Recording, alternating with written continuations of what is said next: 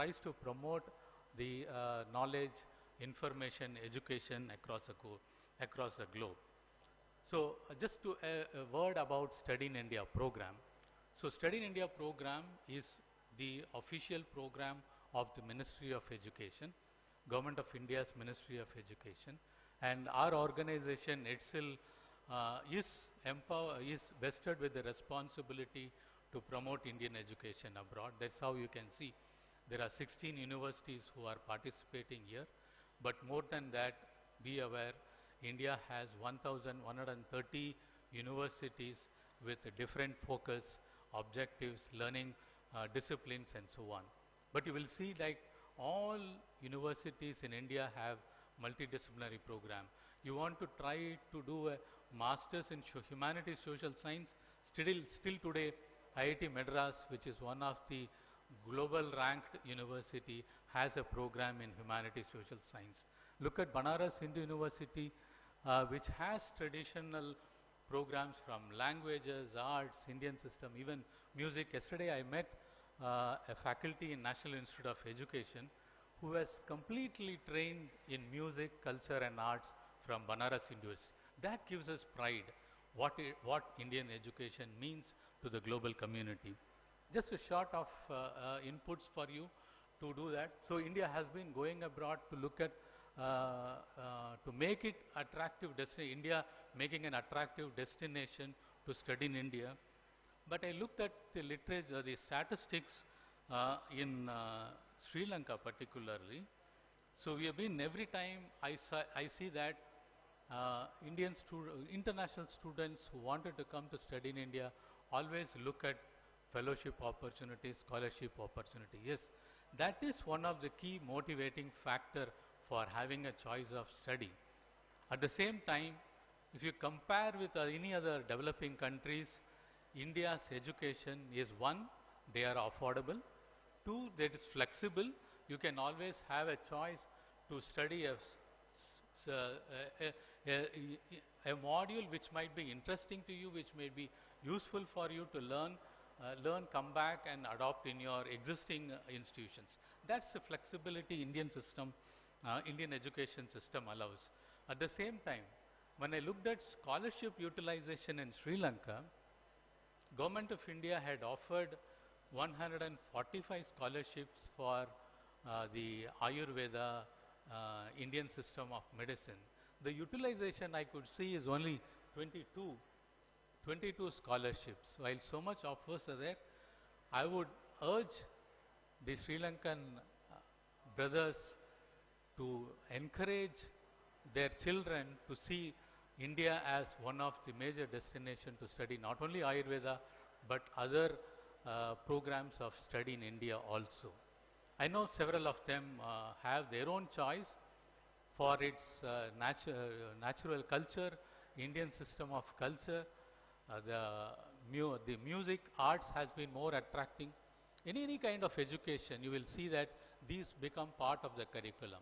The living standards, the affordability, and the community in which they live, even including the student residence facilities, have a plethora of opportunity to learn the way of life, the family of life. That's the kind of attraction Indian education promotes. So with this, let me stop here to think more about you, but there is an opportunity. There are 16 institutions in the stall here. We would encourage you to come and interact, have more knowledge, information about studying in India or Indian curriculum. Today, as I speak, the Prime Minister has introduced the National Education Policy 2020 with the key objectives of affordability, flexibility, and in terms of its flexibility to learn. When I say flexibility learn, the existing students enrolled in higher education institutions can always look at one semester studying abroad, come back, earn that credit, transfer that credit, and continue their curriculum. It's not only that, one can also have a choice of lifelong learning. Any kind of mid-career executives who have already in the government, private sector, come back to an education institute in India, learn, earn that credit and come back. So that's the flexibility the National Education Policy on Indian higher education system which the country should try and adopt. Yesterday I was also talking to the DG National Institute of Education, where Indian curriculum is being appreciated on the school education front. We will be happy to share more and more such highlights as we go along. I'm sure this kind of conferences will enable an opportunity, not only sharing the experiences, but how to adopt best practices for your benefit of your children, so that these children become the future citizens of Sri Lanka. Thank you.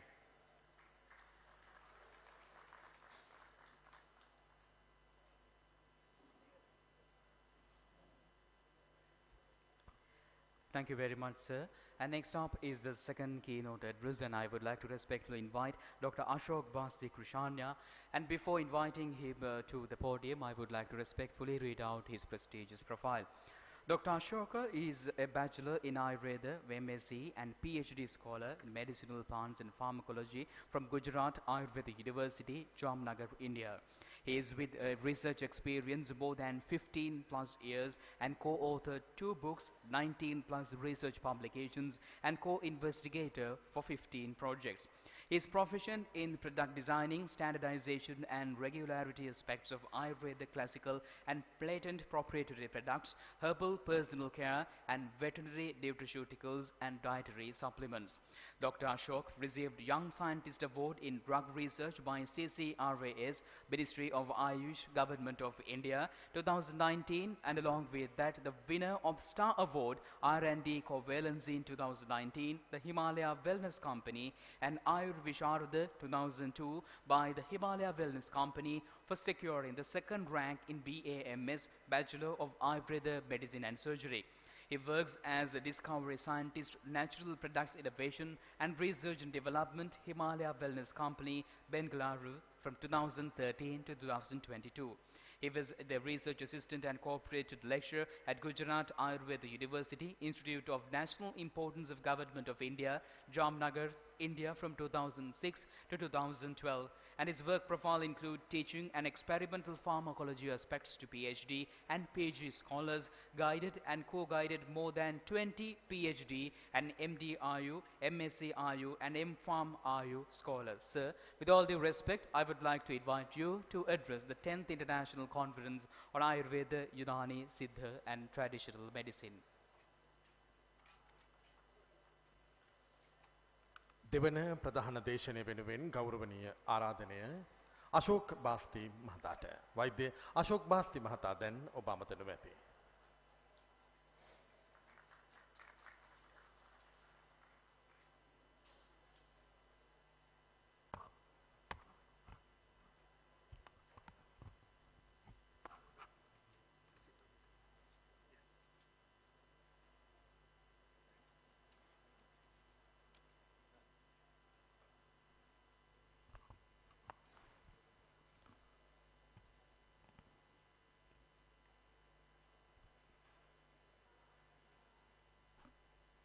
Very good morning, respected Harinder Singh sir, Councillor, respected Vice Chancellor sir, respected Goswami sir, respected Dean sir, respected Secretary of Health sir, and respected Police sir, and all the respected teachers, faculty members, and friends.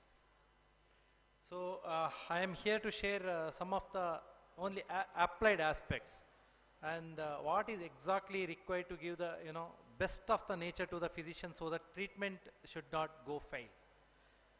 I put up just one presentation with a few slides.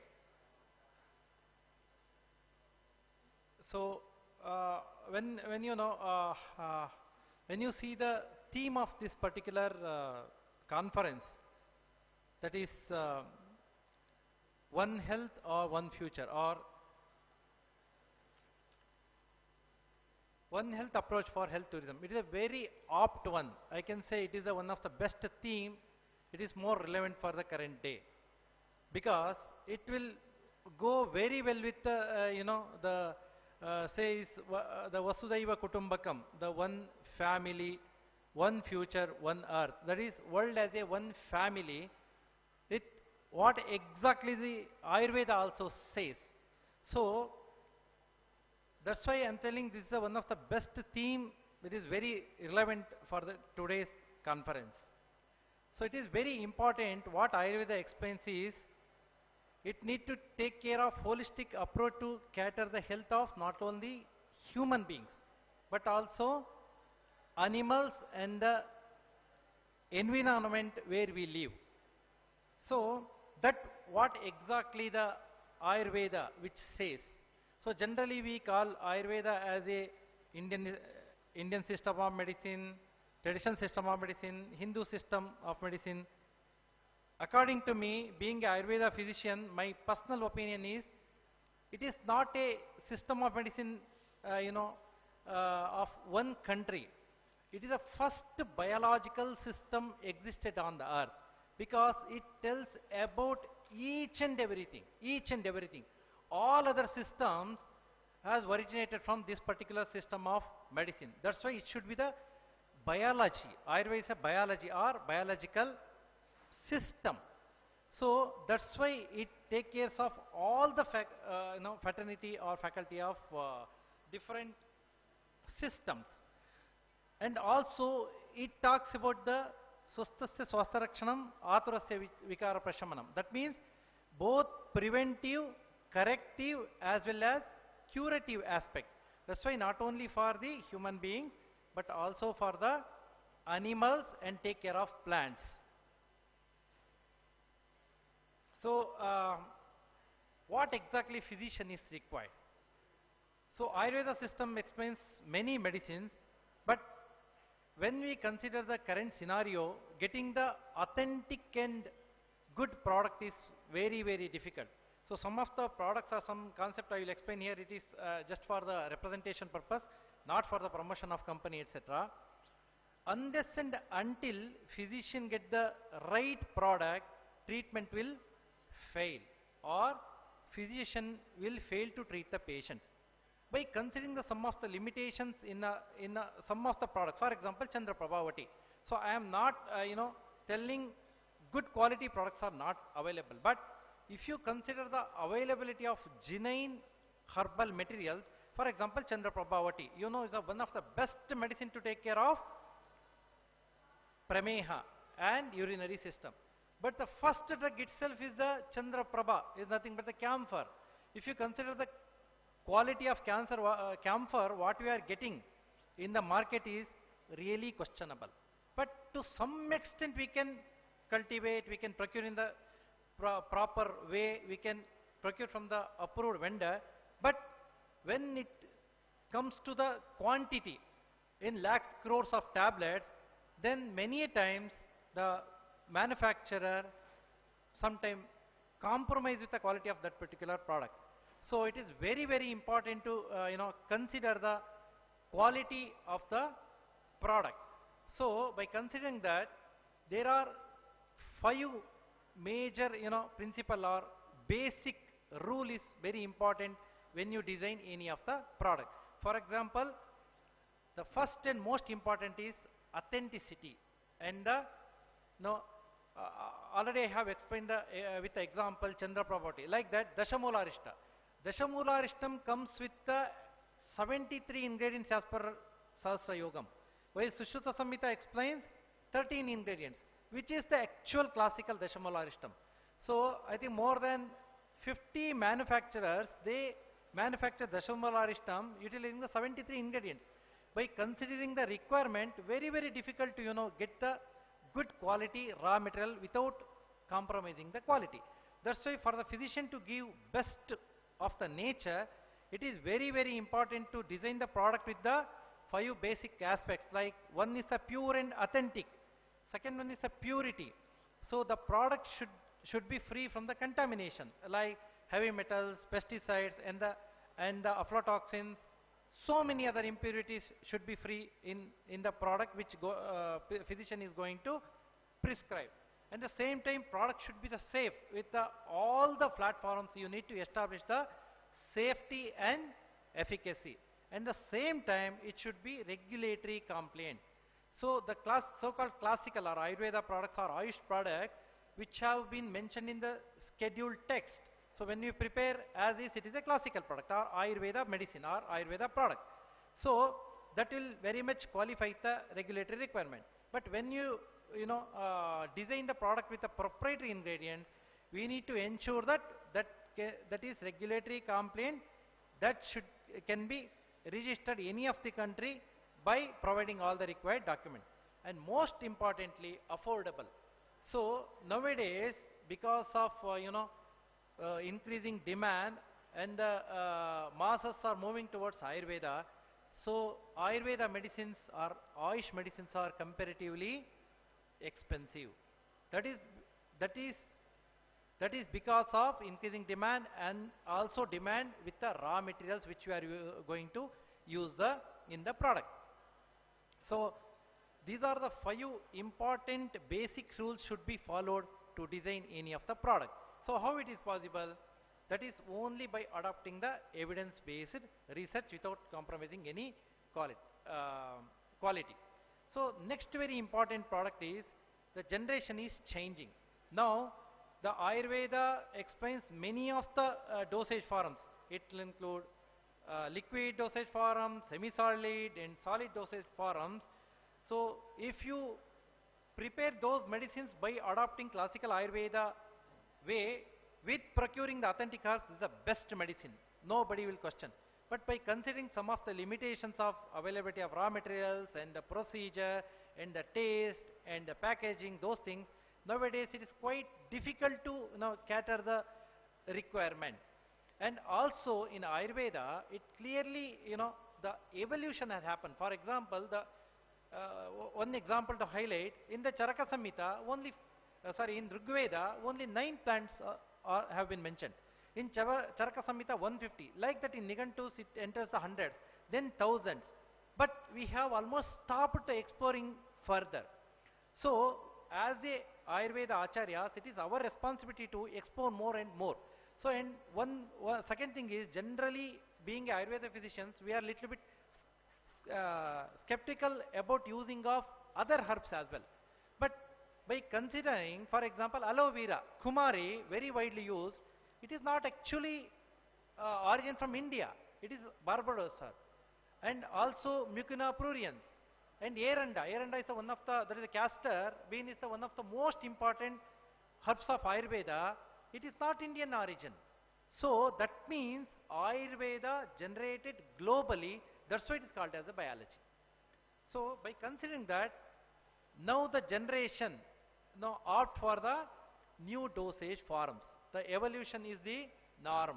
So as how we pass different 7 stage of generation, starting from Cretaceous to the Homo sapiens, now the same dosage forms also, if we convert into the most suitable format without compromising the quality, purity, authenticity, safety, efficacy, that is the best contribution as a Ayurveda fraternity we can do.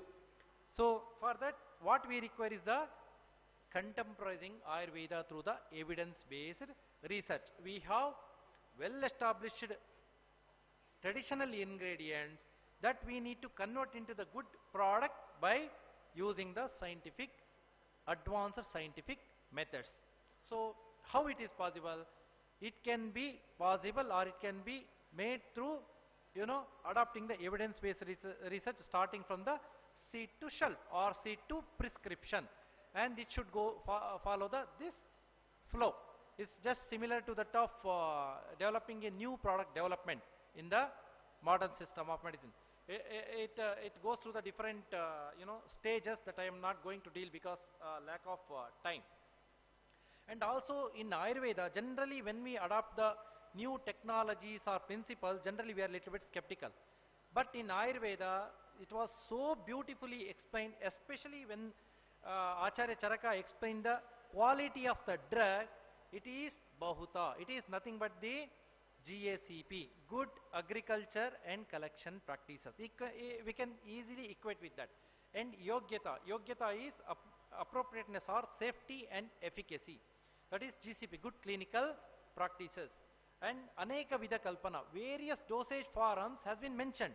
So as I explained earlier, it started with the Churna, Kvata or Panchavida Kashaya Kalpana, like that.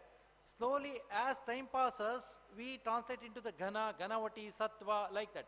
Now it is our responsibility. We need to convert into new dosage forms that can be accepted by all the age groups. Because if we prescribe any of the quatha, if it is bitter, children will hesitate to take. Then we will switch it to the some other system of medicine. And also sampat, that is good laboratory practices, all been explained, well explained in Ayurveda. That is our duty to adapt accordingly. Then already I have explained some of the very latest technologies. If you adapt to either authentication or authentication of the herbs, the acceptance will be more. Generally, the whenever we receive any of the ingredient or herbs, first is the organoleptic characters, then followed by the macroscopic, then microscopic. But in some of the herbs, it is not possible to identify the herbs through through all these, like macroscopy, microscopy, even histochemical, even TLC, HPTLC will show all the pattern is same. Then what is the best technology to identify it? I would like to explain it through the one of the case study. This is called valvet beans or Mucuna pruriens, one of the best medicine for Parkinsonism, worldwide accepted even from the contemporary science. But when we look into the market samples, as many as 12 different seeds were sold in the name of Kapikachu or Mucuna pruriens or valvet beans. So how to identify? If you do the macroscopy same, organoleptic same, microscopy same, histochemical same, the only tool available is the DNA fingerprinting. So these are the only 6 I have kept for the explanation purpose. See the different sources in the raw raw herbal market. So when we do the some problem with, I think.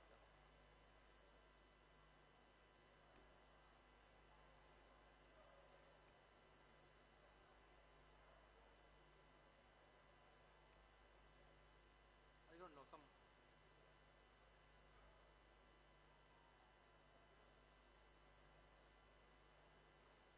I'll just explain. So when we did the DNA fingerprinting, the one it shows 258 kb is the only Mucuna pruriens that corresponds to the L-DOPA. So that is the only, the first one is the authentic Mucuna pruriens. So also we need to, a few more slides, I don't know, because of some system error it is not showing. So some of the advanced, because now it is a era of AI. So this generation is now go with the technology. So if you can adopt some of the good technologies, like AI based, for example, Nadi Tarangini, the beautiful instrument developed by Pune based company. So when we diagnose based on the Nadi, person to person it may, physician to physician it may differ, it may vary, but this instrument gives appropriate diagnosis with all the required information for the treatment. And also medicated or therapeutic Vamana, the instrument. When we adopt the Panchakarma through the Vamana, so it is very difficult to decide the endpoint, etc. There are companies have started, so I think these are some of the advances will definitely take Ayurveda into the global level. So and also we have lot of responsibility. So as demand is growing across the globe, the availability of good herbs is going down. And also, we are facing lot of issues in terms of getting the herbs. That is the best, the approach is the regenerative agriculture. So that means we need to care for the earth and care for the community and care for the health as well. So as I explained, regenerative agriculture. So this is a new concept because we need to protect the soil fertility and diversity also. Because where we grow also matters a lot. And also it will create lot of employment to the society and revenue to the people. And also responsible packaging also very, very important. Nowadays if you consider the amount of pollution is going in happening in the on the different countries is very, very damaging. So when we are making the products, we should use the plastic neutral, or we should use the biodegradable packaging. And also, just to show one how we can design any of the product with all these parameters or the aspect I have explained. For example, first one is pure, caring, and this is the one of the flagship product of Himalaya. So see the design, how it is: pure, caring, and conscious. Pure in terms of quality, purity, authenticity, everything. Then caring, it is best performing product for specifically for pimple, and consciously made this product. The pure is the DNA authenticated herbs plus 30 plus tests we adapted to design this product. And also caring, so it is a soap free formula, environment friendly, and also friendly to the skin as well. And finally conscious, the 97% of formula is biodegradable. That means it is good for environment, and also it is 100% recyclable packaging. So the theme I wanted to tell here is, it is very, very important for us to design any of the product by adopting all these parameters, so that it will be very helpful to the not only physician or prescriber, but also consumer, to provide the affordable healthcare system across the globe. So thank you so much for the organizer for inviting me and for this opportunity, and also thanks to Himalaya Wellness Company, Bangalore, India, for sending me to share the few learnings. Thank you so much.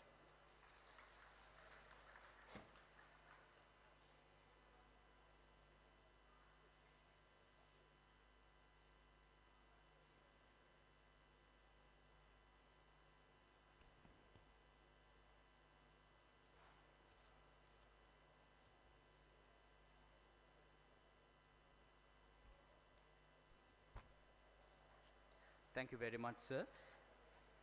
We have lined up the next keynote address of the 10th International Conference on Ayurveda, Yunani, Siddha and Traditional Medicine. And I would like to invite Professor Munawar Hussain Kazmi to deliver the keynote address. Professor Munawar Hussain Kazmi is a Unani physician and a scientist with a career spanning more than 36 years. He holds the BUMS degree from Delhi University in 1984 and joined as a research assistant in 1985, promoted as assistant research officer in 1991, and promoted again as the research officer in 1996. He passed the MD degree in Ilbul Advia, Unani Pharmacology in 2008 from Mumbai University. He worked as a professor in postgraduate department of Unani Pharmacology at CRIUM under the CCRUM government of India. He has undertaken multiple research projects in drug development and clinical evaluation of single and multi-component drugs in Unani formulations, and he served as the director of the National Research Institute of Unani Medicine for Skin Disorders, formerly the Central Research Institute of Unani Medicine, Hyderabad, where in additional administrative activities he is actively involved in teaching and research. He is working as the professor and academic chair in Unani Medicine at Hamdard University, Bangladesh. He is also the professor and academic chair in Unani Medicine from 2022 till date of Hamdard University of Bangladesh, and he was also the director of the National Research Institute of Unani Medicine for Skin Disordered, Hyderabad. He was also the deputy director in charge of Central Research Institute of Unani Medicine under the Central Council for Research in Unani Medicine, Ministry of Ayush, Government of India. And he was also the assistant director of the CCRUM headquarters and research assistant and research officer of Unani Medicine for Regional Research Institute of Unani Medicine, Mumbai. He holds a doctorate of medicine, Ilmul Advia from Mumbai University, and Bachelor of Unani Medicine and Surgery from University of New Delhi. He was honored with many multiple awards: CCRUM Appreciation Award for dedication towards research work in 2017, Appreciation Award for service in development of Unani medicine by Ayurveda Research Hospital, Nenathur Base Hospital, Adachale, Sri Lanka, and 7th Hakim Ahmad Ashraf Memorial Gold Medal for Hakim Ahmad Ashraf Memorial Society, Hyderabad in 2015. He holds the Appreciation Award for World Congress of Science and Spirituality, Mumbai, Speaker Special Award for World Congress of Science and Spirituality, Mumbai, and the same award in 2007, along with the certification of appreciation for valuable contributions in the unique Arogya Mahabela by Lok Sabha Speaker 2003. He holds the gold medal for securing the first position in the BUMS undergraduate medical program. He holds many memberships and fellowships, including the chairman of the Unani Committee of National Council for Promotion of Urdu Language, Ministry of Human Resource Development, Government of India, and he has had many experience in teaching, research, multiple awards, research articles, and national and international collaborations. It's over to you, sir, to address the 10th ICOST and the trade fair conducted in collaboration with the Faculty of Indigenous Medicine, University of Colombo, and Department of Ayurveda, Southern Province. Thank you, sir. First of all, I thank the Honorable High Commission of India in Sri Lanka, Vice Chancellor, sir, Chief Secretary, sir, all the dignities in the dais on the dais and off the dais, ladies and gentlemen, namaskar and adabars. When I was coming for this place, so we were having a discussion about the Ayurvedic and Unani system of medicine and utilization of Ayurvedic and Unani system of medicine. Actually, I brought one presentation but I think that Honorable High Commission, sir, Vice Chancellor, sir, their time is very precious, so I will just whatever the conversation between the professors of Sri Lanka, Colombo University and myself was there. So I am putting those words to you. So sir, you are the big researchers and professors, dignities on the dais. So I know that Professor Kalam, he was the great scientist. So the students, when any students go to them and talk something, so he always appreciate. And one of his students told me that whenever we talk to him, we talk nonsense, but he takes sense out of that. So similarly, whatever I talk, I think that you can take a better sense what I mean. It's because you are the persons of caliber. So I was just very much amazed to see that the Ayurveda advisors sir have given a really a very good definition of the broad definition and accurate definition of the Ayurvedic system of medicine as a biology, or you can say mother of biology, so or mother of every science. So okay, this is the status of Ayurvedic system of medicine.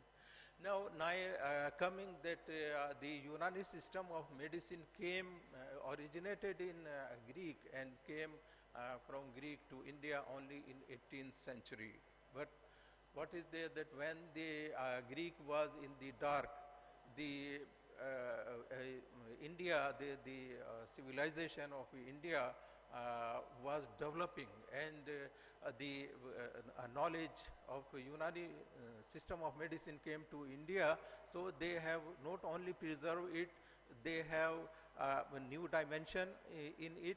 They have added science of that time in it, and they have added a lot of plants and technique in the Unani system of medicine. So now what is the speciality of Unani system of medicine? I think that Ayurveda is a vast science, all mother of all science. But Unani system of medicine, when we study, when we see, so it is a very focus according to that time. it is a very focused subject. It is a focused subject on health. So it doesn't cover, it may not cover other health, but focusing on health, focusing on preparation of medicine, choosing the medicine for a proper person, mizaj, cloth, all that, and the dosage form, the approach in the dosage form, that the dosage form or the medicine should be acceptable to the tabiya. Tabiya is the physic. So in Unani medicine, it is a very peculiar approach, that whether the medicine is according to the tabiya or not. I'm not talking about the temperament. Temperament is also there, but apart from the temperament and prakriti, this whether acceptable, drug acceptable towards to your physic is or not, it speaks about the starting of the toxicology or starting of the whether the drug is tolerable or intolerable. The dosage form are very specific and target oriented. For example, when they want to convert the any medicine into fast acting medicine, so they use the ARC because in ARC the volatile part is there, and polyphenolic compounds are there, which are absorbed from our mouth and GIT very easily and rapidly, and they act very fast. So bioavailability is there, and but it should be fresh and all that. Similarly, the linctus, you know, that the throat paint. Linctus also act as a syrup and as a throat paint. So linctus or chutney we call in Indian language is a very particular type for pharyngitis, laryngitis and upper respiratory tract. Similarly, for neurological diseases there are Hamira jat. But only thing is that in India, due to some making it very costly or effective, they have started using some the fine papers of the fine paper of the silver and the gold and all that. I think that this is the addition which they have done later on. So we may not add this one until unless it is proved safe. Second thing is now Central Council for Research in Unani Medicine, Central Council for Research in Ayurvedic Medicine, Professor know that they are very much concerned about the safety of the medicine, and whatever is not safe, whether it is present in classical literature or not, they are not using. So safety now, because the modern medicine people, they say that we are doubtful whether it is safe or no. So professor have cleared your this that it should be clear to the modern scientists that the safety now, the councils or the Ayush, after the establishment of Ayush system of medicine, safety is on a priority, efficacy is on priority, and genuinity. The detail he has already talked about it. One more important issue, last I will just say that Unani, modern medicine say that Unani and as well as Ayurvedic medicine, we do not know that how they work, whether they work or not. This is there because as per my personal experience, they listen everything and in the last they say, because they actually what is there that the drug profile now, this the CCRUM, CCRS is giving the answer for this question to the modern world, that their pharmacological action is being in preclinical and postclinical action, and their efficacy is being established.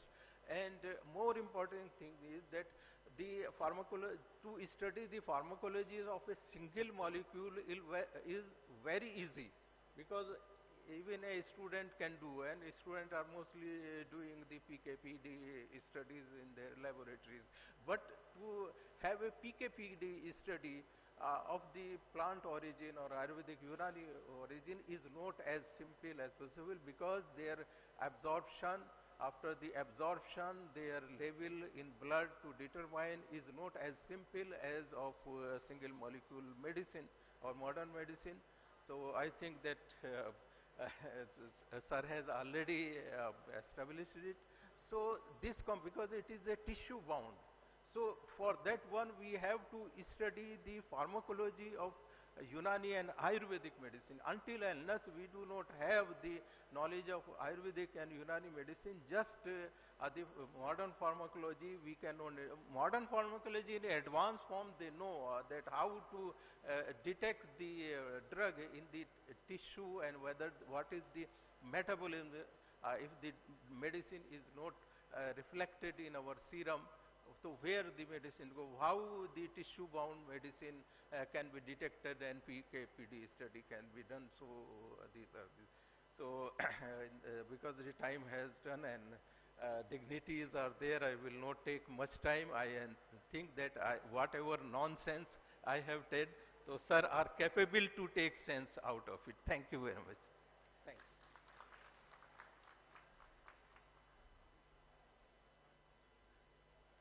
Thank you very much, sir. And for the final keynote address, I would like to invite Dr. Palitha Singha, the President and Principal Lecturer of College of Ayurveda, Japan, Director, London College of Ayurveda. And before inviting him for his prestigious keynote address, let me introduce him to the symposia. Dr. Palitha Singha joined the University of Colombo, the Institute of Indigenous Medicine in 1977, and was graduated with a first-class honors degree in Ayurveda Medicine and Surgery in 1982. Then he became an assistant lecturer and started his academic and research career at the university and also the clinical career at the National Ayurveda Teaching Hospital. He became the first Ayurvedic doctor to receive a Bonbusho scholarship to study in Japan. He spent 5 years in Japan since 1986 at Toyama Medical and Pharmaceutical University and was awarded a PhD in medicine in 1991. During this period, he has become a lover of Japan and Japanese culture and became fluent in Japanese language. He continued with collaborative consultancy services with the universities, enterprise and pharmaceutical companies in Japan and has been with Kabul Group of Consultant Ayurveda Physicians for the last 20 years. On return to Sri Lanka in 1991, he continued to work at the university and as a consultant Ayurveda physician at the National Ayurveda Teaching Hospital. He was also heavily involved in research activities and also held the head of the Department of Additional Director, the postgraduate research posts. He was also the first Sri Lankan Ayurvedic doctor to receive a Commonwealth Fellowship and joined the world-famous University for Medicine in the UK, King's College London, as a visiting academic researcher to carry out his postdoctoral research in year 2000. He was also invited to join the College of Ayurveda UK in 2002. Since then, he developed the curriculum and research as the assistant director and principal lecturer at the college. He was a key person in developing the joint program of Middlesex University, London, and later the Ayurveda program was taken over by the university for further development of the program. Dr. Singha was offered the post of the program leader at the university and he taught and carried out research at the university. He was also an Ayurvedic practitioner of the university clinic and he was also the key person in establishing College of Ayurveda UK, affiliated college in Japan, and he continued to produce Ayurvedic therapists in Japan too. Sir, with all the respect, I would like to invite you to address the symposium.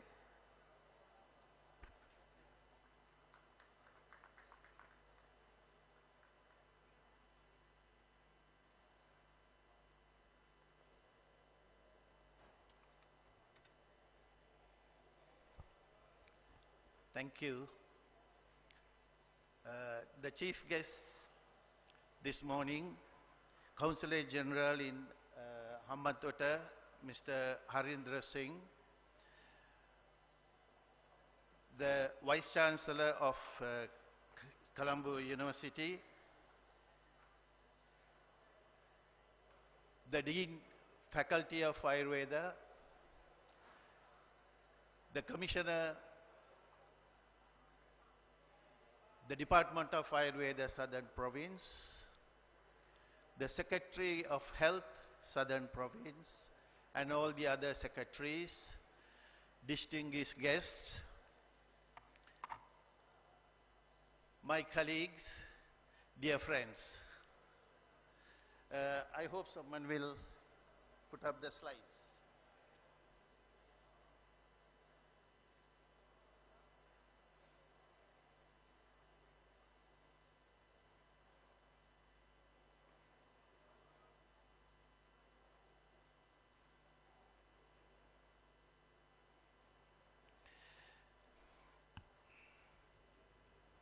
Well, I was requested to talk about the global changes or new developments with regard to Ayurveda and traditional medicine, and also to touch upon whether we can learn lessons to develop Ayurveda for the betterness of our own people in the country. So the organizers actually mentioned to me that this symposium as well as the trade fair is just beginning of a long process that they are thinking of. So they would like to establish new projects in the southern province to develop Ayurveda and introduce new outcomes for the people of the southern province. So they wanted me to share some thoughts, some food for thought to incorporate into their projects. So I will try and give, within this short period, I will try and give some key points, in fact, because we don't have much time to go into details of the each and every point. So I will touch on some key points where we can think of how we can learn lessons for the sustainable development of the health system in Sri Lanka. So in this presentation, therefore, I will touch upon the global political and policy developments regarding traditional medicines and Ayurveda, then developments with regard to research methodology, and also how as the role of provincial councils and provincial Ayurveda departments for the sustainable development of health services in Sri Lanka. Yes, so policy, economical, research, and maybe the theme of today's symposium is One Health approach. So I would like to try and touch on these 4 points. First of all, policy. I think all of you are aware that in 1977, the WHO took a resolution to utilize traditional medicine systems throughout the world to achieve their goal of health for all in year 2000. So since then, like a ladder, this has, developed from day by day. In 1982, the WHO established the traditional medicines program, and now today, this has expanded into traditional, complementary, and integrative medicine program. So, as you are aware, WHO have introduced the curriculum benchmarks for the standardization methods for Ayurvedic herbs and etc., etc., etc. So WHO have moved forward far away from 1977 to today. Today, the program is known as the Traditional, Complementary and Integrative Medicine. So we all are pleased to see that the first WHO Global Traditional Medicine Center is established in India So I congratulate my Indian colleagues for establishing the WHO Global Traditional Medicine Center in India.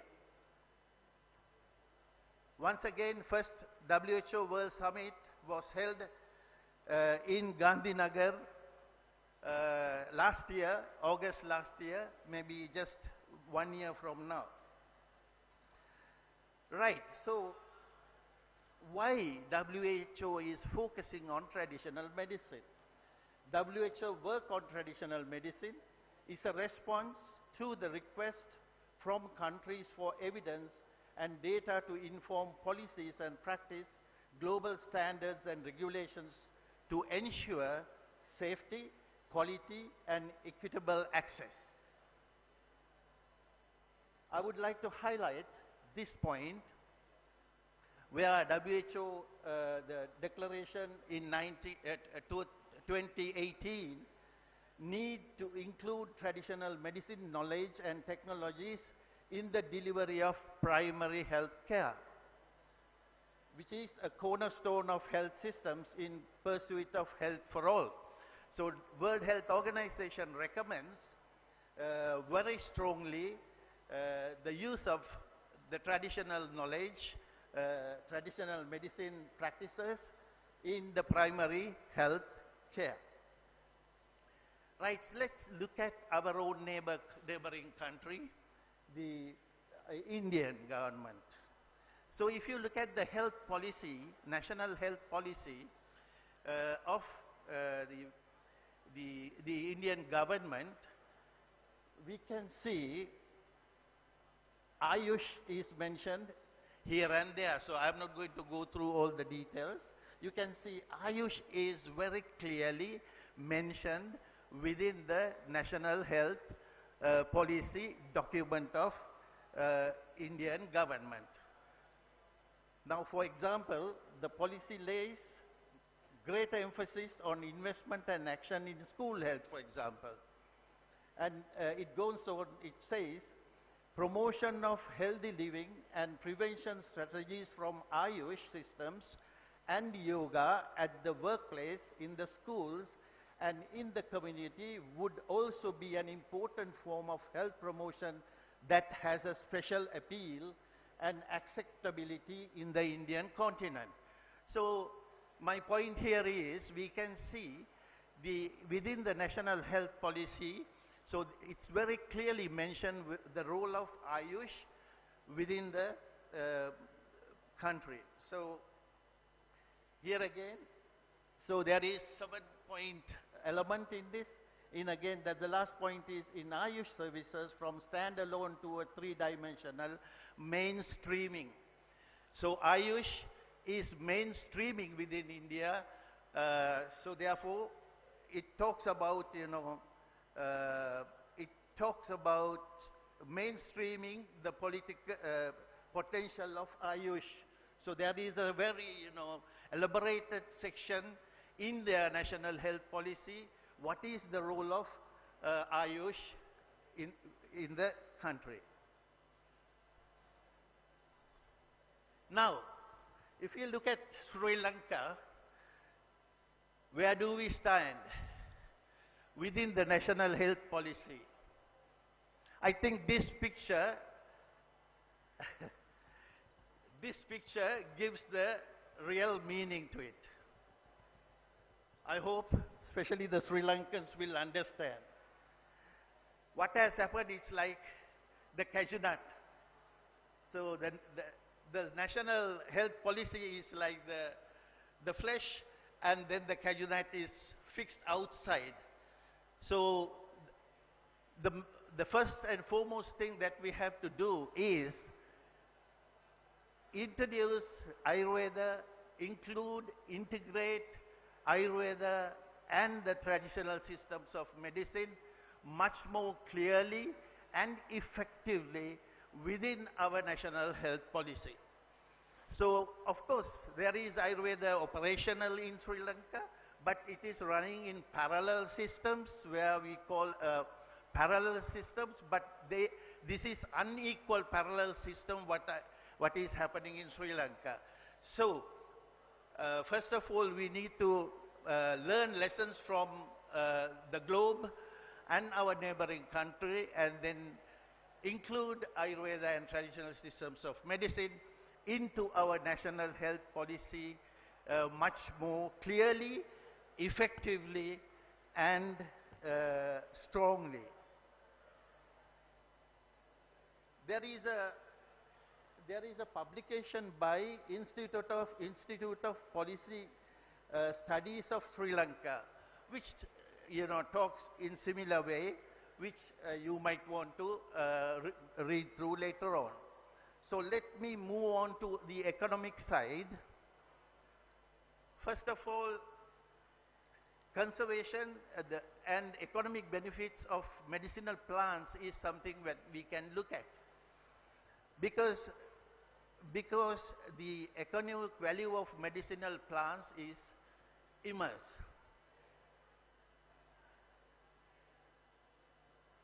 Ethnobotanicals are a major source of income and alternative livelihood that provides employment for millions of people in developing and industrialized countries and contributes significantly to the gross domestic product. Between 2008 and 2013, sales of medicinal plants doubled and tripled in China and India respectively, with a 25% growth in Europe. Globally, medicinal plant products are projected at about $400 billion and growing at a rate of 15 to 25% per annum. WHO estimates that by 2050, the trade will be up to about 5 trillion. So, think globally, act locally. How we can utilize this? Firstly, Sri Lanka should drive a medicinal plant cultivation projects throughout the country, at least to become self-sufficient for the healthcare needs of the people of the country. Although a lot of plants can be grown within the country, there is huge number of plants being imported and dollars being used. This should be targeted on reducing herbs that can be produced within the country.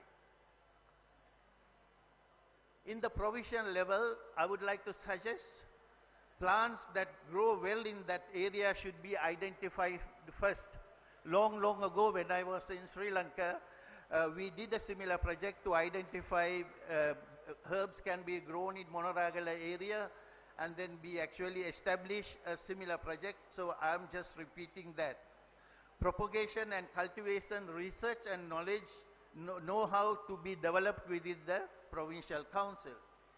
The selected plants to be propagated at a central nursery run by the Provincial Department of Ayurveda.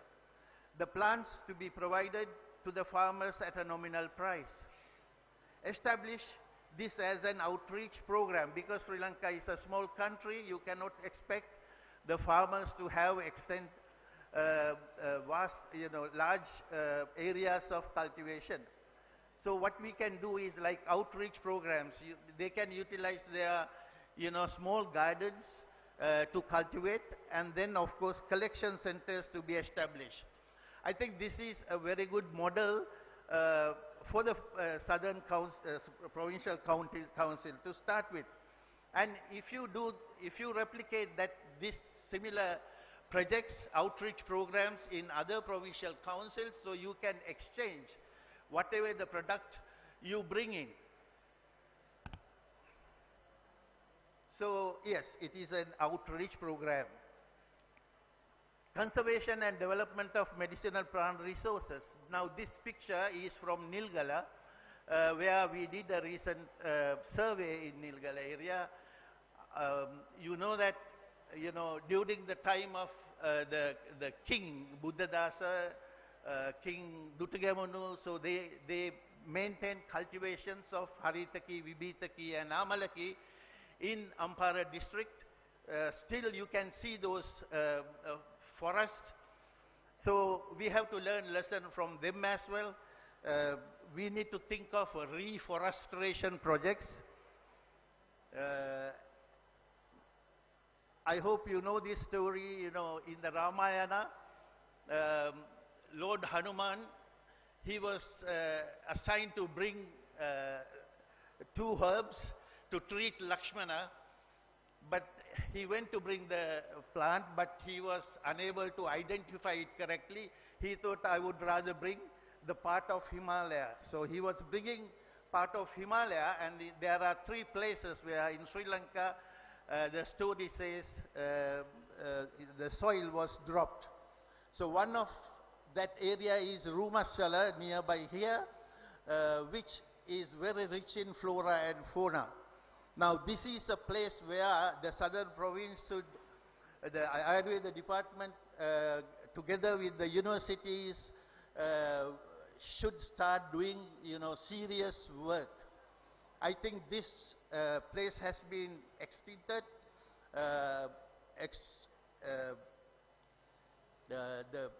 What you call the deforestation has been happening because of urbanization of this area.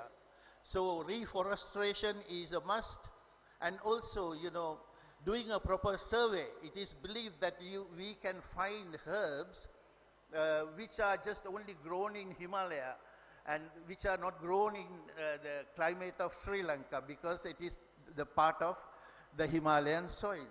So therefore, I think this is a unique opportunity for the southern province to, you know, research and also work on conservation as well as reforestation projects of Rumasala. I invite all my Indian colleagues to visit Rumasala as part of your Ravana trial. Now, this is another very new development. I'm sure you are aware of this. The introduction of the traditional medicines module into ICD-11, International Classification of Diseases. So this is a great achievement, and this leads to many economic developments, I suppose. Especially, this will strengthen and expand the healthcare delivery system, the research, policy making, especially the insurance coverage of Ayurvedic medical treatments. As you know, insurance companies base their payments on the ICD classification. So since now we have a classification for Ayurveda as well, so it is, you know, the next step is to achieve insurance coverage for Ayurvedic medicine. For some CAM treatments, Australia, Canada and USA provides insurance coverage, but with this new introduction of ICD, the traditional medicines module, especially Ayurveda module into ICD-11, so this will lead to, you know, achieving, obtaining insurance coverage for Ayurvedic treatments. Therefore, now it is time for the Department of Ayurveda to negotiate with the health insurance providers in Sri Lanka to utilize this ICD-11 and wider inclusion of Ayurvedic medical services in their health insurance package. So when this is expanded globally, so more and more health tourists can come into India or Sri Lanka for Ayurvedic treatments as well. So then there will be an economic benefit for us. Yes, the insurance providers in other countries should be approached to cover the Ayurvedic treatments. This will have a huge impact on the economic value of health tourism and wellness tourism. Next, I would like to touch on another interesting aspect with regard to the research. This new development of pharmacological research is known as network pharmacology.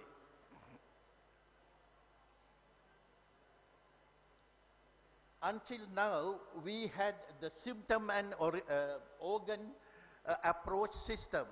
So this was a barrier for evaluating Ayurvedic herbs. I am sure the researchers who are involved in Ayurvedic research, they know this. One symptom, one organ approach. But Ayurvedic herbs, or even the Ayurvedic principles of pathogenesis, does not work in a symptom and organ, one system approach. Ayurveda talks about syndromes. It is not one single disease. The diseases are syndromes. It is not one pinpoint pathogenesis. Dosha, dusha, samurchana, melaka, vishesha, roga. So doshas are involved, all the samprapti ghatakas, the components of pathogenesis are involved. So therefore it is not a single process. So therefore we had a barrier of evaluating Ayurvedic herbs, evaluating real Ayurvedic compound medicines, our own decoctions. But this new approach, which is known as mechanism and cause approach, gives much more ability for us to formulate our research very well. So please, the researchers, I invite all the researchers to look into this and go through that, because with this one, the disease is actually defined as phenotypes, not just only one organ system. It's a phenotype. This phenomenon actually fits with Ayurvedic principles very well. So therefore, we have opportunity to evaluate the compound medicines in the future.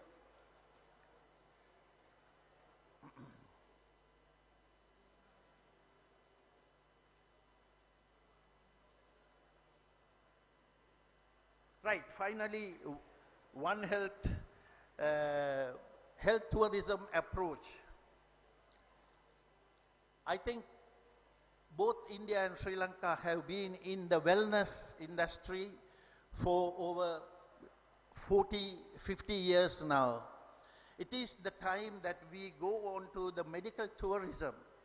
So Ayurveda wellness tourism brought in some economic value, but I think the real value, Ayurveda is not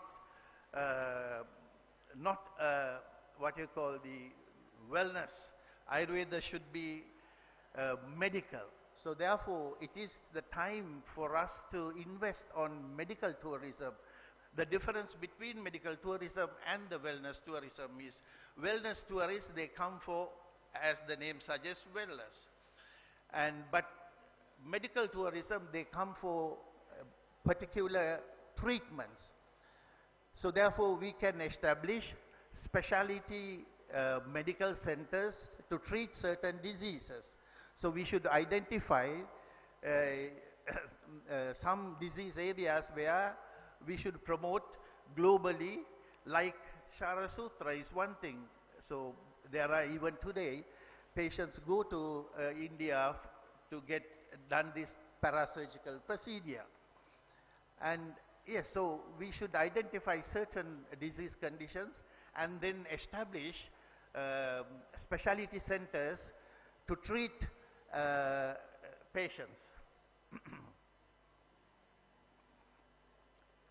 So in order to do this, I think I could suggest establishment of a health tourism development center. For example, if it is southern province, you can establish a health tourism development center within the Ayurveda department.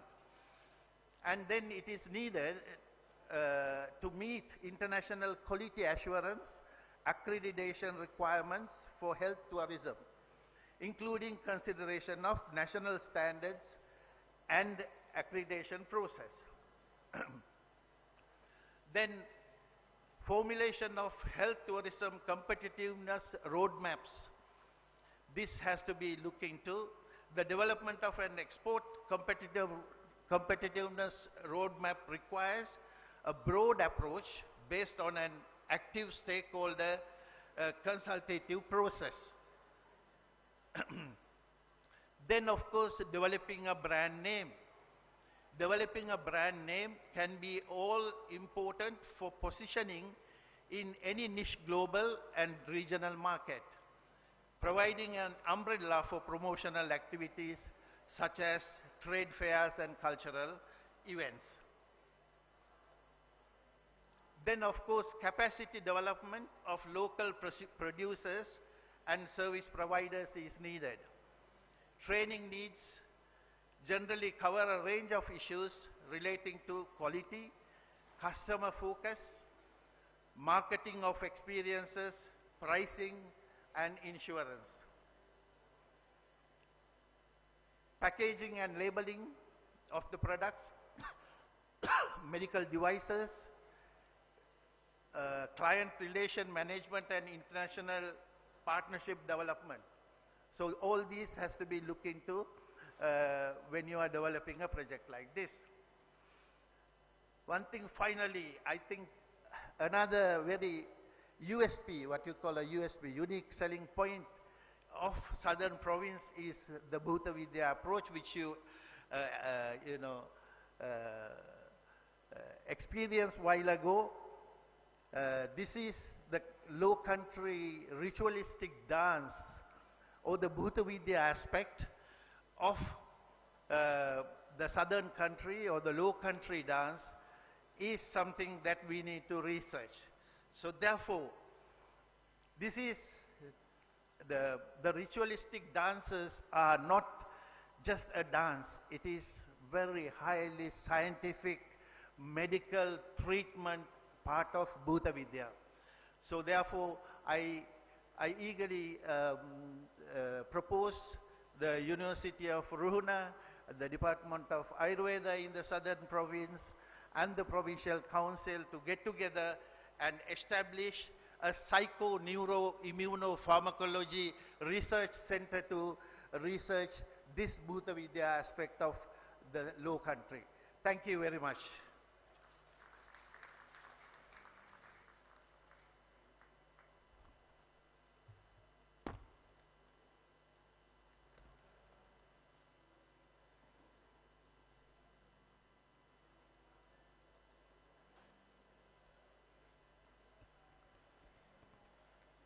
වෛද්‍ය පාලිත සේරසිංහ මැතිතුමාට අපගේ ගෞරවනීය ස්තුතිය. දෙය සුඛී දක්ෂිණ 2024 ජාත්‍යන්තර ආයුර්වේද සම්භාෂා විද්වත් කතිකාව අධ්‍යාපනික සහ වෙළඳ ප්‍රදර්ශනයේ ආරම්භක සැසිය අවසනටයි අප දැන් සැපත්ව සිටින්නේ.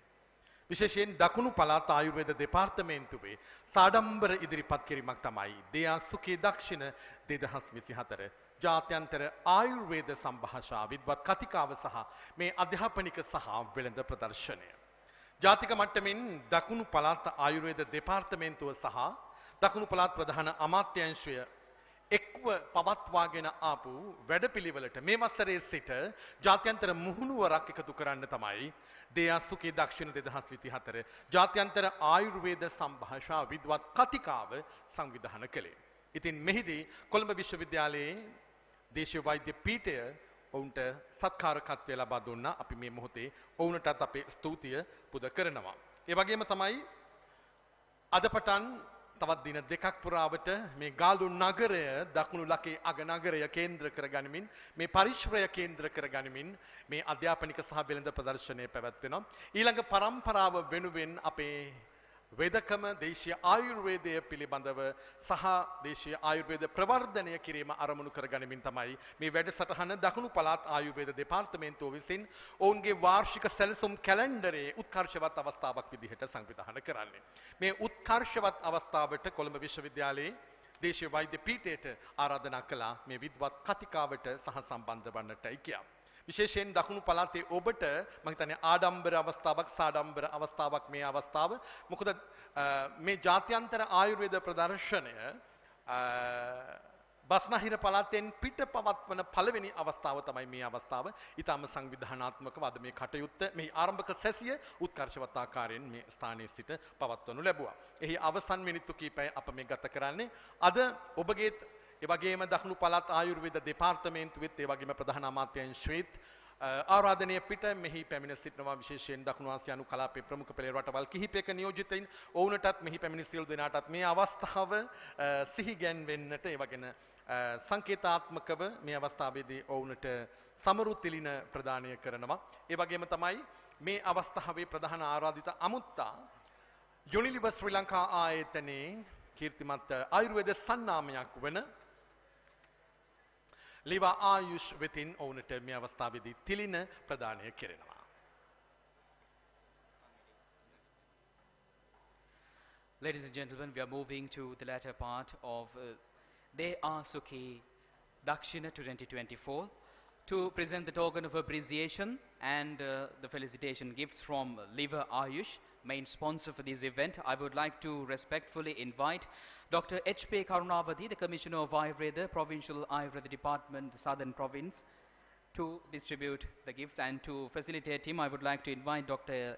Ishaka Bendis, the Chief Medical Officer of Balapitiya, and the Community Medical Officer, Dr. Nuwan Chintaka from Ambalampitiya, the coordinators of De Asuki Digayu, and to join, representing you deliver Liva Ayush, Dr. Shadika Palyaguru, the Chief Medical Officer, to join with this prestigious moment.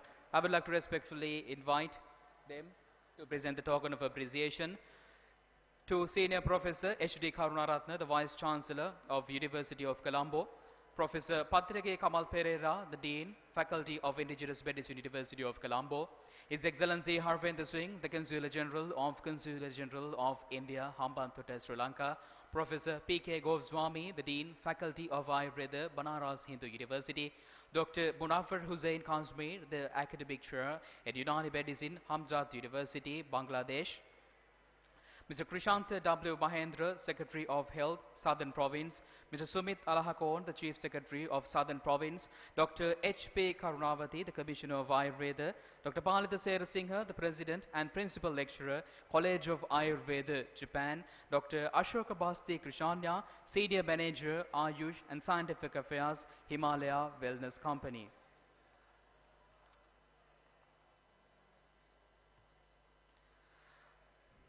I would like to remind the main sponsor, Unilever and Barbarian Ayurveda Resort, the co-sponsor, Himalaya, Wonder Herbs and the Department of Ayurveda Drug Manufacturing Corporation, and link for the prestigious sponsorships award to De Asuki Dakshina 2024.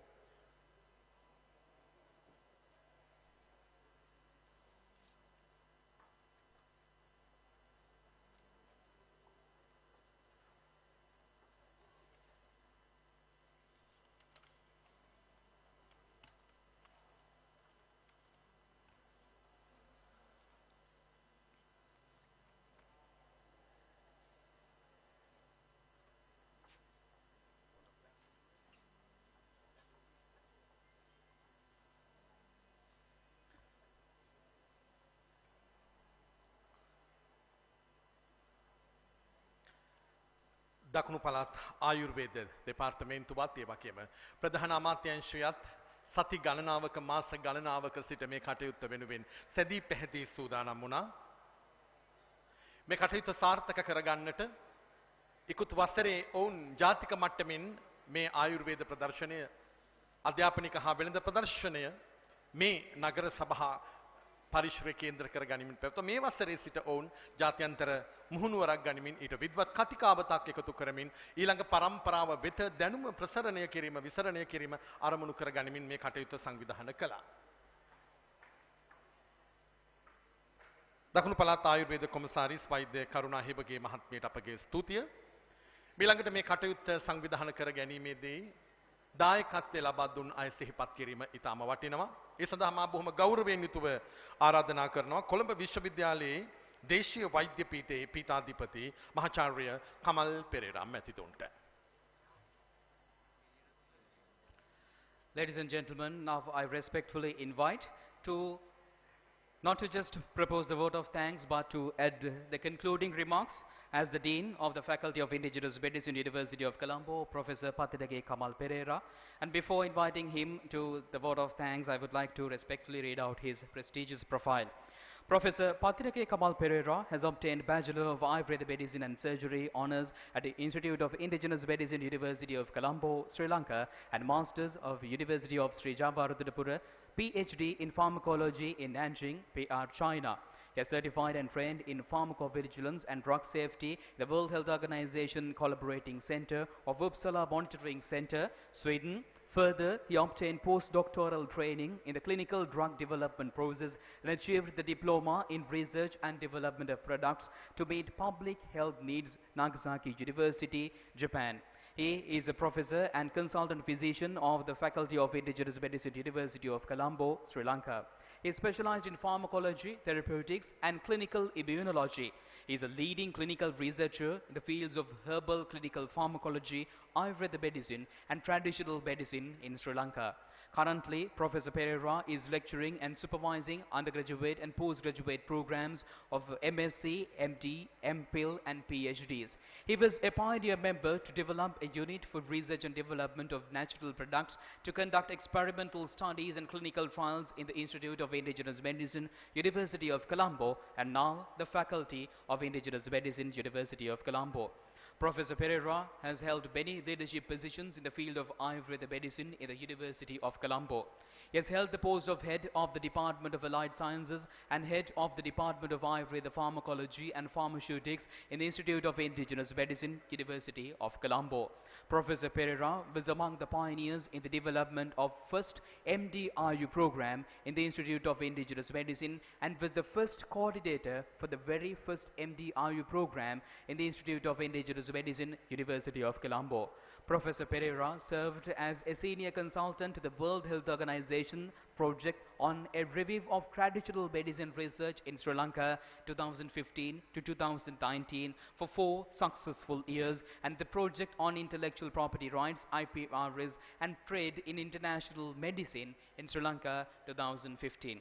He is the founder dean of the Faculty of Indigenous Medicine, University of Colombo, and he has held the pioneering research and development activities in the field of Ayurveda, collaborating and integrating research skills and for the development and for the pursuit of Ayurveda medicine in Sri Lanka. As the pioneering institute, the Faculty of Indigenous Medicine, as the founder dean, is now pioneering and leading our institute, validating all the extracurricular activities along with the research and development activities for the Faculty of Indigenous Medicine, now pioneering in the field of Ayurveda, basically the research skills of students, and now along with the trade fair, the education exhibition, all those activities are collaborated with the leadership of the founder dean of the Faculty of Indigenous Medicine, University of Colombo, Professor Pathidage Kamal Pereira. So to propose the vote of thanks and to add concluding remarks for the 10th, the milestone ICOST 2024, and for the trade fair and educational exhibition, I would like to respectfully invite you, sir, to the podium.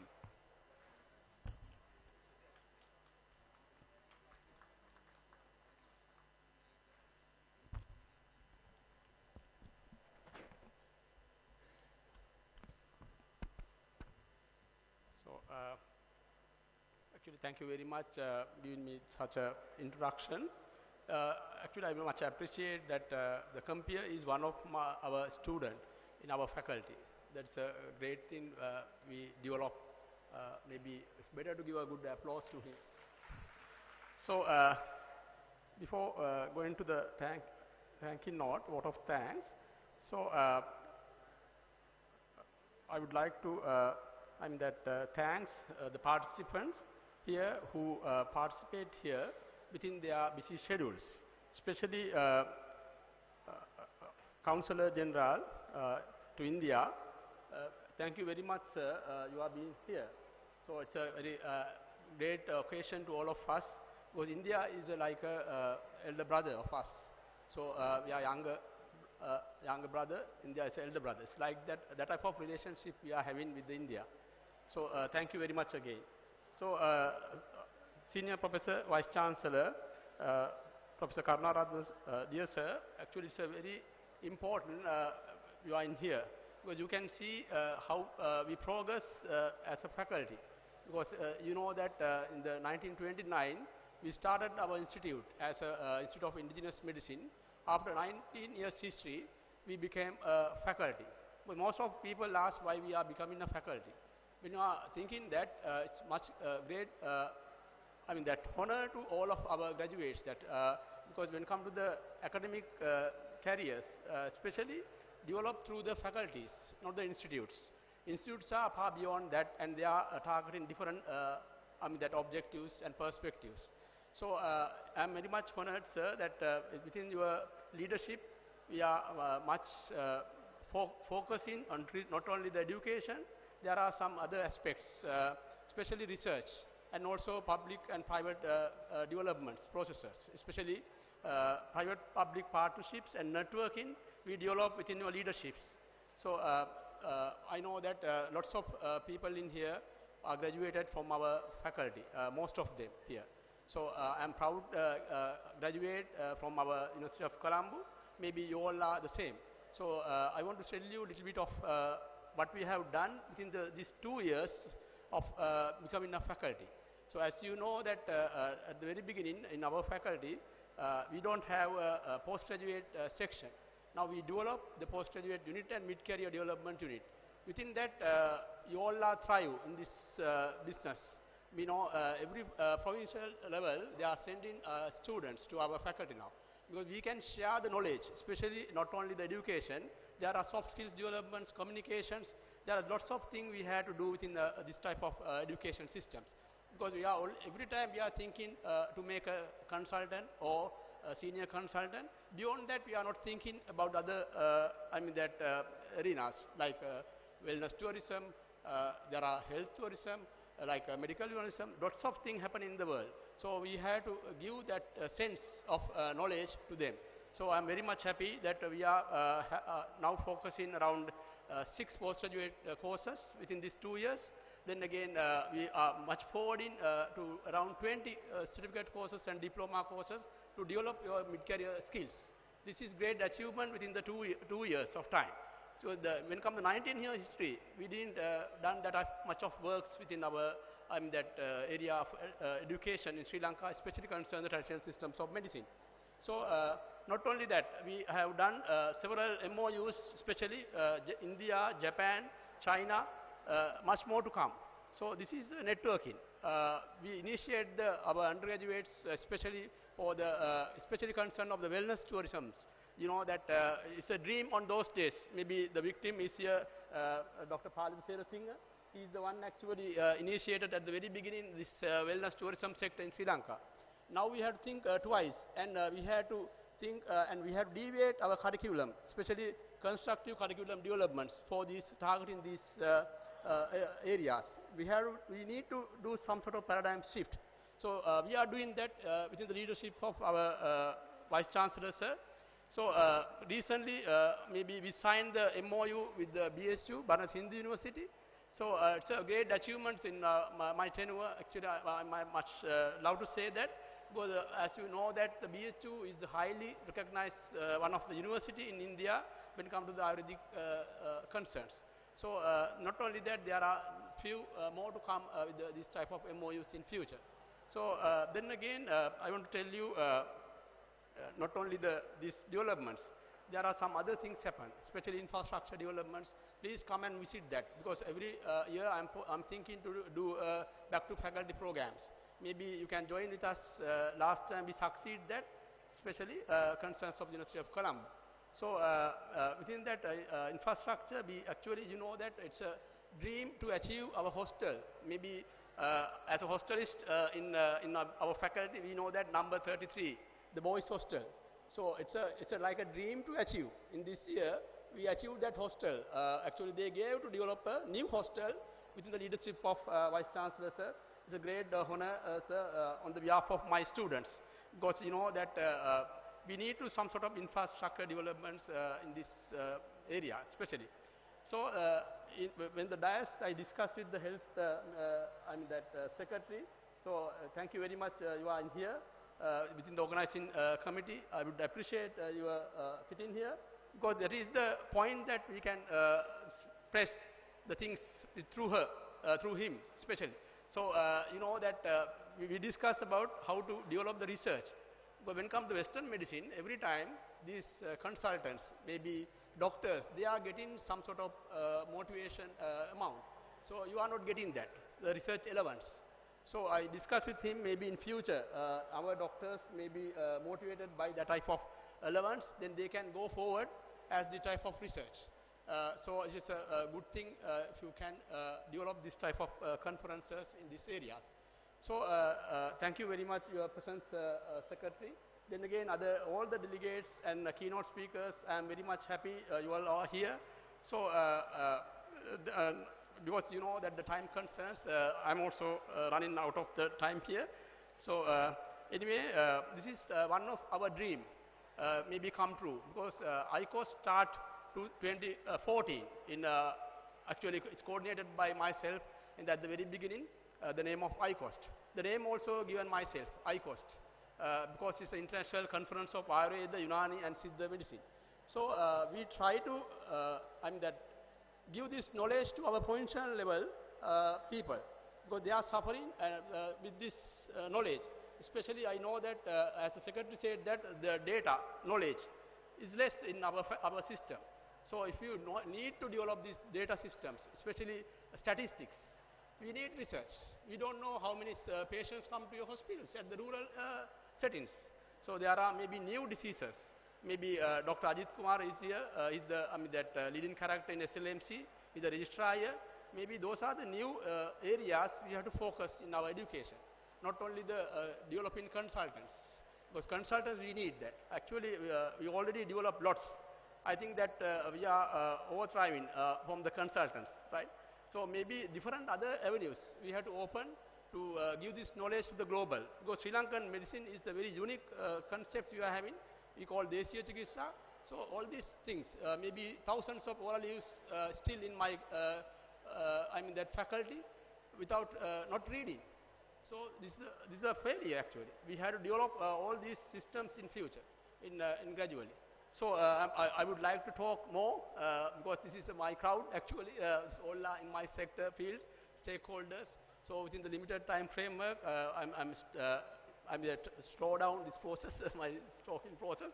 So actually, I would like to thank the partnerships who develop, especially the commercial sector, because without you, we cannot, done this type of developments within this sector.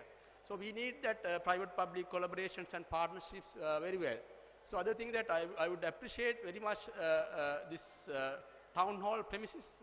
Actually, I cannot believe that this type of hall come to the municipal council. You can see the huge developments come to the goal. This is very important. We have to, gain a different way to sustainability to these systems. Otherwise, we fail as a country. So these are the my views of this. Especially thanks for all the goal people in here, and also different provincial members are here. So finally, I would like to thank all the leaders who take leadership here, especially the organizing committee, the coordinators from both sides, my faculty side, and also the Goal Department of Ayurveda, headed by the Dr.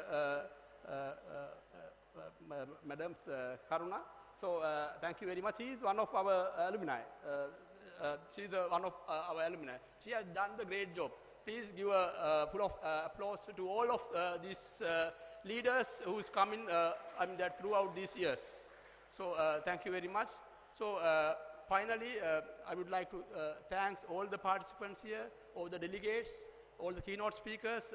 Maybe now the scientific forum is open. Maybe within these 2 days, this is like a mirrored program. We are done in one in Colombo and here. So those 2 parts is running. I think that I hope organizing committee, they have done good job to run these sessions well. So please gather your knowledge and come up with the new ideas. We can develop our sector. This is the sector we can develop. This is one of the ticket.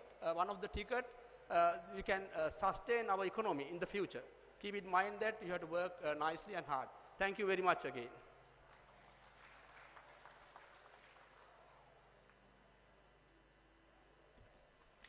Thank you very much, sir. Professor Pattidage Kamal Pereira, Founder Dean of the Faculty of Indigenous Medicine, University of Colombo. Being the 10th International Conference on Ayurveda, Unani, Siddha and Traditional Medicine, conducting it for 10 successful consecutive years, ladies and gentlemen, today we are having the outreach from Colombo to the beautiful southern province, which unique historical value is highlighted here.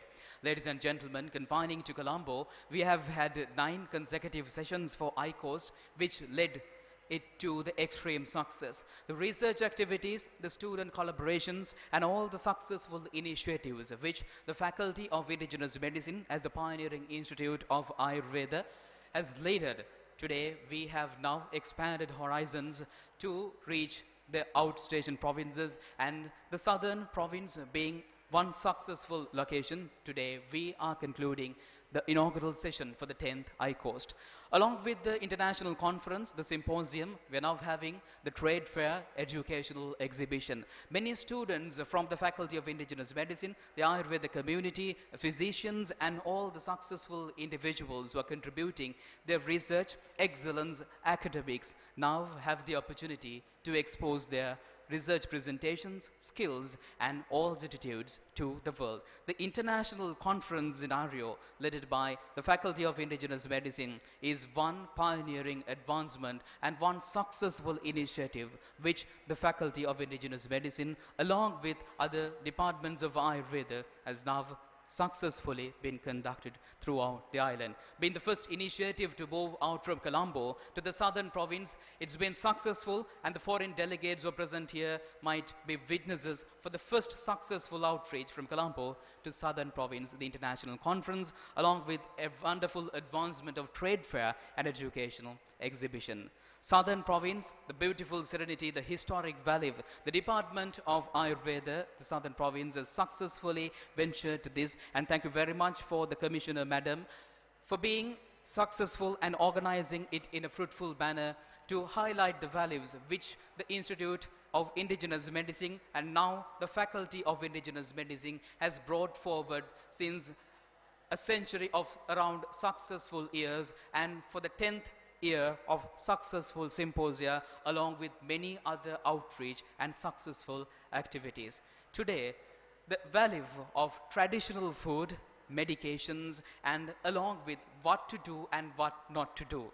They are Sukhi Tegayu. For the southern province extending from Colombo, Dakshina, in the year 2024, we, as the Faculty of Indigenous Medicine, collaborating with the Southern Province Department of Ayurveda and all the other well-wishing sponsors to make this event successful, we are now concluding this inaugural session. And thank you very much, ladies and gentlemen, esteemed professionals and intellectuals, for joining hands with the 10th successive and successful consecutive I-Coast, which the Faculty of Indigenous Medicine, and now which is the first outreach that we are expanding our horizons and willing to expand bounds and limitless opportunities to intellectuals, Ayurveda professional doctors, and who are interested in this traditional medicine, Ayurveda, Unani, Siddha, all these medical systems integrated to one such collaborative effort headed by the pioneering educational and academic institute, the FIM, abbreviated, the Faculty of Indigenous Medicine. Ladies and gentlemen, let's now conclude and well wish all the other successful endeavors, and will be now concluding the 10th successful international conference on Ayurveda, Unani, Siddha and Traditional Medicine, along with the Southern Provincial Department of Ayurveda conducting the successful trade fair and educational exhibition to the few preceding days. We have the exhibition and trade fair, which kindly request you to take part in that. And yes, we'll be concluding today's event. And now let's pay homage to the Democratic Socialist Republic of Sri Lanka by standing for the national anthem.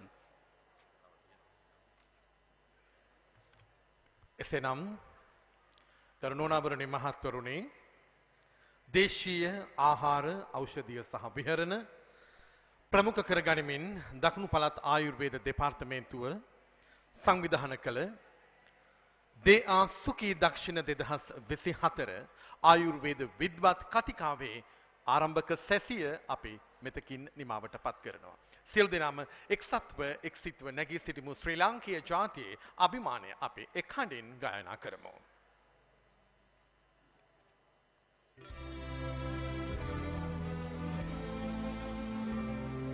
Sri Lanka Mata, Abba Sri Lanka, Namo Namo Namo Namo Mata, Sundara Siri Barini, Surani Api Sobhamana Lanka, Dhanya Dhanaya Nikamal Palapuru Piri Jaya Bhumiya Ranya, Apahata Sapa Siri Seta Sadhana, Jivanaye Mata, Piliganu Mena Apabhakti Puja, Namo Namo Mata, Apa Sri Lanka, Namo Namo Namo Namo Mata, Obave Apavidya, Obamaya Apasatya, Obave Apashanti, Apahata Kulabhanti, Apahaloke, Apage Anuprani, Oba Apajivanave, Apamuktiya Obave, Navajivana Benine, Nitina Apakudukaran Mata, Jnana Veerya Vadavamina Ragena Yanu Mena Jaya Bhumikara, Ekamavatage Daru Kalabhavina, Yamu Yamu Vinopama,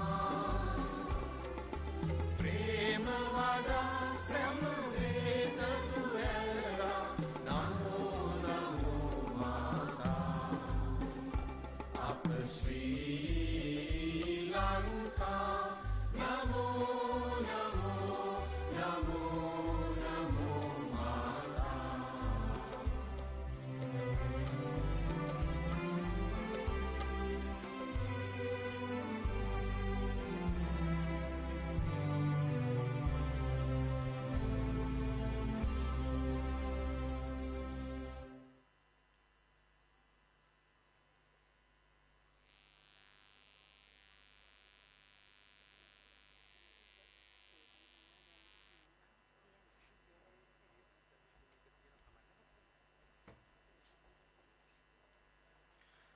ඔබ සියලු දෙනා වෙනුවෙන්